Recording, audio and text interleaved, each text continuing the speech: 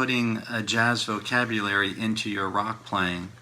A lot of these lines that I'll be talking about are really kind of based out of bebop vocabulary, and you should probably have a decent understanding of how scales work, be it major scales, melodic minor scales, harmonic minor, harmonic major, because a lot of the tones that you hear in these type of bebop lines are derived from other scales than just, say, major scales. So the line that we're going to look at, we're going to stay in C7. The vamps that I was playing over earlier were in C, and I tried to play some of these outside bebop-inspired lines. So let me first try and play it. There you go. So that's what the line sort of sounds like. Okay, so in order to analyze the lick, we're in C, dominant 7th, or C9, or even C13. You can even alter the C, do a sharp 5 or a sharp 9, but it's definitely a dominant sound. Now when you want to get started playing sort of bebop type lines over chords, you're going to add in what would be considered a lot of outside notes or approach tones, chromatic tones. There are a lot of different ways to look at it. What I'm thinking of is that when I'm on a C dominant chord, I'm thinking B flat major 7 with some alterations. It's sort of a George Benson thing to do. So if I have the C9 chord or the C7, I'm really thinking B flat major 7, but with that C in the root. So the fingering that I'm going to be playing is up here on the 10th fret. You can see sort of this D triad, but on the 10th fret to make it a B flat. Let me play the lick slow.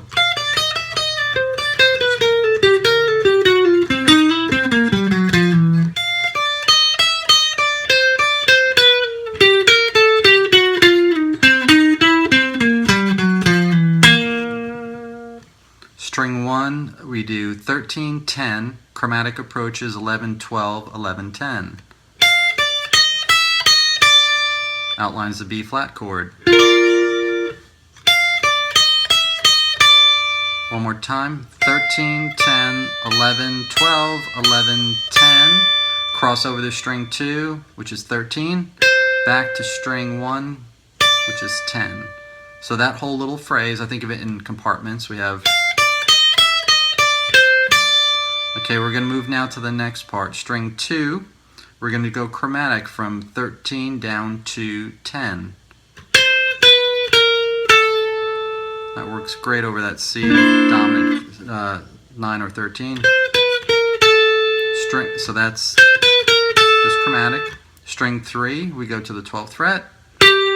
Back to string 2, 11, 10. Now we're going to go to string 3. And we're going to go chromatic 12, 11, 10, down to 8. So let's just listen to what that sounds like.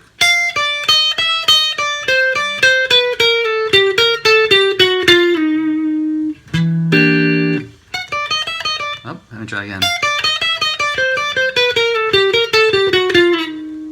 One more time. Okay, once we get down to that 8th fret, we jump over to string 4, we play the root, which is the 10th fret. Back over to string 3, and we're going to do minor third to major third. So we have...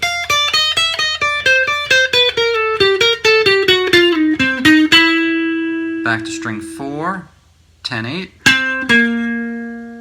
Then we just go down chromatically on string 5.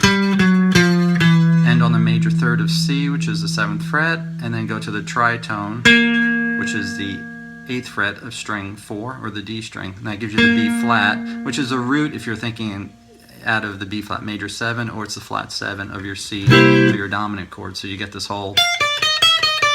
So I'm going to do it again.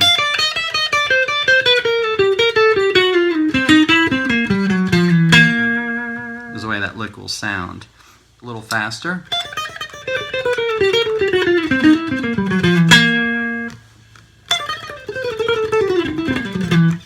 One thing that you want to do is always play these licks slowly. Now, I'm not really talking about what to do in the right hand because I don't want you to be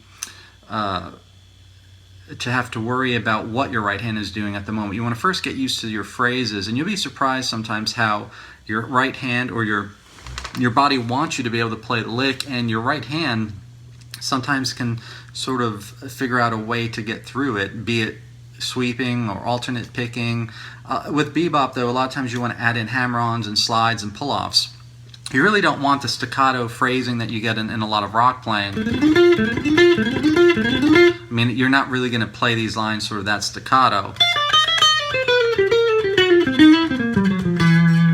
You know, I'm kind of adding in some slides and hammers, and to tell you the truth, I don't think I do it the same every time. Sometimes I might do more hammering and pulling. Sometimes I might even add in like a sweep. You want to really allow your ear to hear the line.